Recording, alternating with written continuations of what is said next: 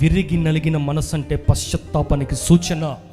దావీదు బెత్షెబాతో పాపం చేసిన తర్వాత ఇప్పుడు అంటున్నాడు, అయ్యా బలి ఇస్తే నా పాపానికి పరిహారం దొరకదు, కాబట్టి ఇదిగో విరిగి నలిగిన మనసుతో పశ్చాత్తాపంతో నీ పాదాల యొద్దకు వస్తున్నాను.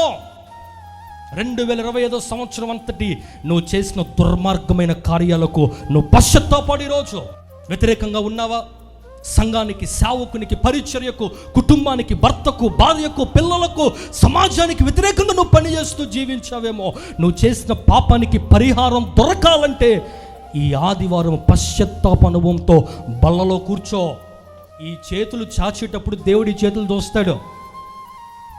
ఇలా చాపేటప్పుడు ఈ హస్తాలు దేవుడు పరీక్షిస్తాడు. ఈ హస్తంతో సిగరెట్ పట్టుకున్నావా? ఈ హస్తంతో కైలీ ప్యాకెట్లు పట్టుకున్నావా?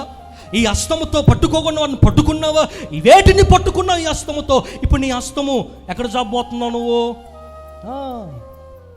ఆయన శరీరం కోసం చాపబోతున్నప్పుడు నీ హస్తం వనకాలి రోజు. ఆయన శరీరము, ఆయన రక్తం అంటే ఆసామాసి అనుకుంటున్నావా? అది పవిత్రతతో కూడింది, పరిశుద్ధతతో కూడింది. అది సాక్షాత్తు దైవజనుడు ప్రార్థన చేసిన తర్వాత అది దేవుని శరీరముగా, దేవుని రక్తంగా మారబోతుందంటే. కొంతమంది అనుకుంటారు, జస్ట్ గోధుమ పిండే గండే, ఆ మార్కెట్లో దొరికిన ద్రాక్షకాయలే కదా, తీసుకొచ్చి జ్యూస్ పట్టేసి మాకు ఇచ్చేస్తున్నారు. కాదు కాదు కాదు, అది ప్రార్థన చేసిన తర్వాత అది యేసయ్య శరీరంగా, రక్తంగా మార్చబడుతుంది. Hallelujah, praise the Lord, praise the lord.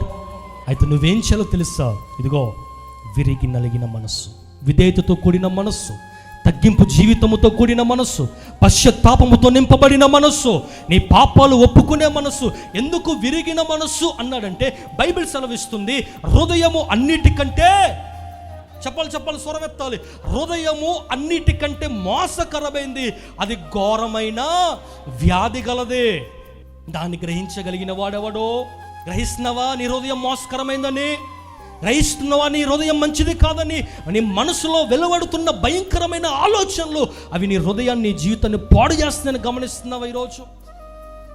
అందుకే దేవుడు అన్నాడు, అదిగో నీ హృదయంలో గూడు కట్టుకున్న వ్యర్థమైన ఆలోచనలు ఏవైతే ఉన్నాయో అవి విరిగిపోవాలా. ఆ మోసకరమైన ఉద్దేశాలు నీ హృదయంలో ఉండకూడదు, అవి పగిలిపోవాలి, అవి విరిగిపోవాలి. అప్పుడు విరిగిన మనసే దేవునికి ఇష్టమైన బలియాగం.